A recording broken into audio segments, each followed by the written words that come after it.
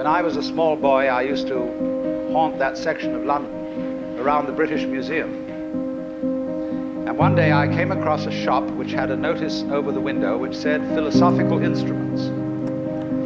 Even as a boy, I knew something about philosophy, but I couldn't imagine what philosophical instruments could be.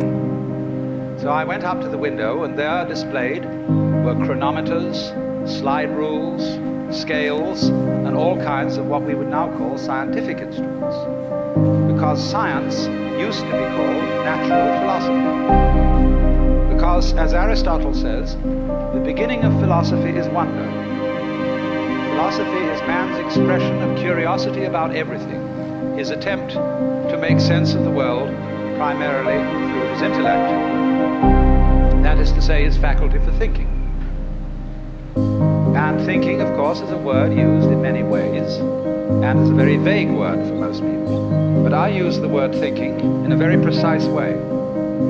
By thinking, as distinct from feeling or emoting or sensing, I mean the manipulation of symbols, whether they be words, whether they be numbers, or whether they be other such signs as, say, triangles, squares, circles, astrological signs, or whatever.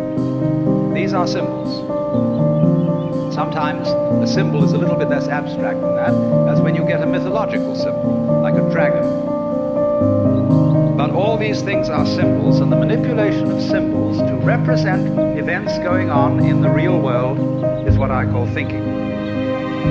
Thinking is a linear process, like writing. One thought after another. As we say, you can only think of one thing at a time. Well, that's too slow for understanding anything at all. Much too slow.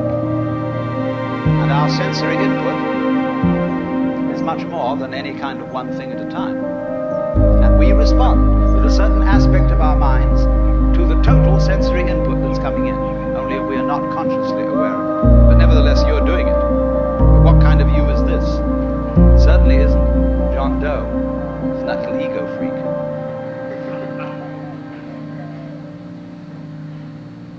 And so if I ask you, who are you really? And you say, well, I'm John Doe.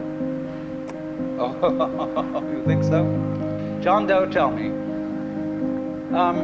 how do you happen to have blue eyes?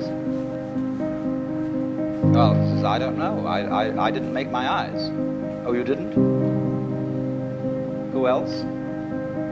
Well, I have no idea how it's done. You have to have an idea how it's done to be able to do it. After all, you can open and close your hand perfectly easily. You say, I know how to open my hand, I know how to close my hand, because I can do it. But how do you? I don't know, I'm not a physiologist. Well, the physiologist says he knows how he does it, but he can't do it any better than you can.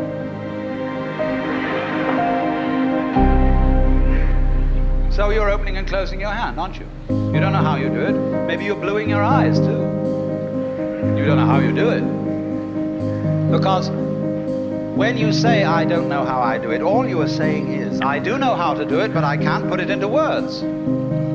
I cannot, in other words, translate the activity called opening and closing my hand into an exact system of symbols. Into thinking. That's all.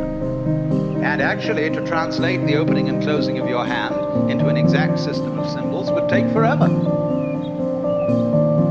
Because trying to understand the world purely by thinking about it is as clumsy a process as trying to drink the Pacific Ocean out of a pint beer mug. You can only take it one mug at a time. So in thinking about things, you can only think one thought at a time, one after another, in series. So there's something a lot more to you. And that's why the Hindu would say that the real you is the self, capital S, the self of the universe. Because at that level of one's existence, one is not really separate from everything else that's going on.